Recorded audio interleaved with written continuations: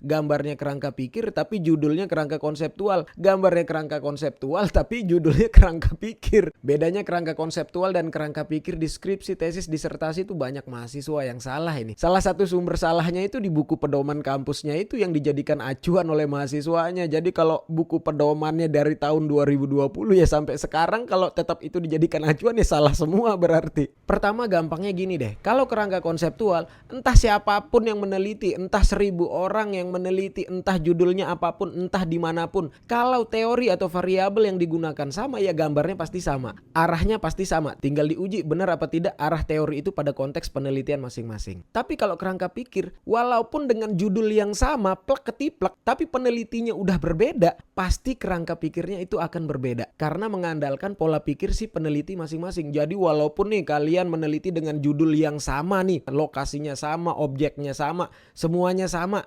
tapi kalau penelitinya sudah berbeda kalian dengan teman kalian, maka harusnya kerangka pikirnya berbeda karena mengandalkan pola pikir peneliti masing-masing. Kita bahas pertama kerangka konseptual. Yang namanya konseptual itu berasal dari konsep-konsep yang ada di bab 2 di tinjauan pustaka. Teori-teori itulah yang namanya konseptual. Karena teori itu sifatnya, definisi-definisinya itu sifatnya konseptual. Konseptual itu maksudnya dia berlaku holistik, dia berlaku umum. Makanya di penelitian itu kan ada namanya definisi konseptual dan definisi operasional. Jadi kerangka konseptual itu kalian menunjukkan bagaimana arah teori-teori itu berjalan sesuai konteks penelitian kalian. Kerangka konseptual ini biasa dipakai di penelitian kuantitatif karena sifat dari kuantitatif itu ya menguji teori. Benar nggak arah teori itu seperti ini? Kemudian yang namanya kerangka, tadi kan kerangka konseptual, yang namanya kerangka ya semestinya berbentuk gambar. Kerangka kalau ada kalimatnya ya itu namanya ada daging, ada darah dagingnya.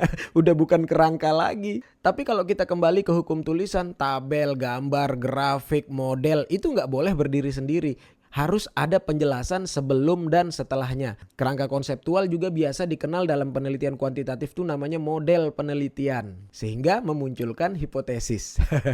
Jadi kerangka konseptual itu bukan dibuat semau-mau kita. Isinya itu ya tergantung apa kata teori itu, kemana teori itu mengarah. Kemudian bedanya dengan kerangka pikir. Kalau kerangka pikir itu arah penelitian. Ini tergantung penelitinya, kemana dia mau membawa penelitiannya itu. Kalau kita bicara definisi umumnya, kerangka pikir itu alur berpikir, rencana penelitian dari awal sampai akhir. Gampangnya seperti itu.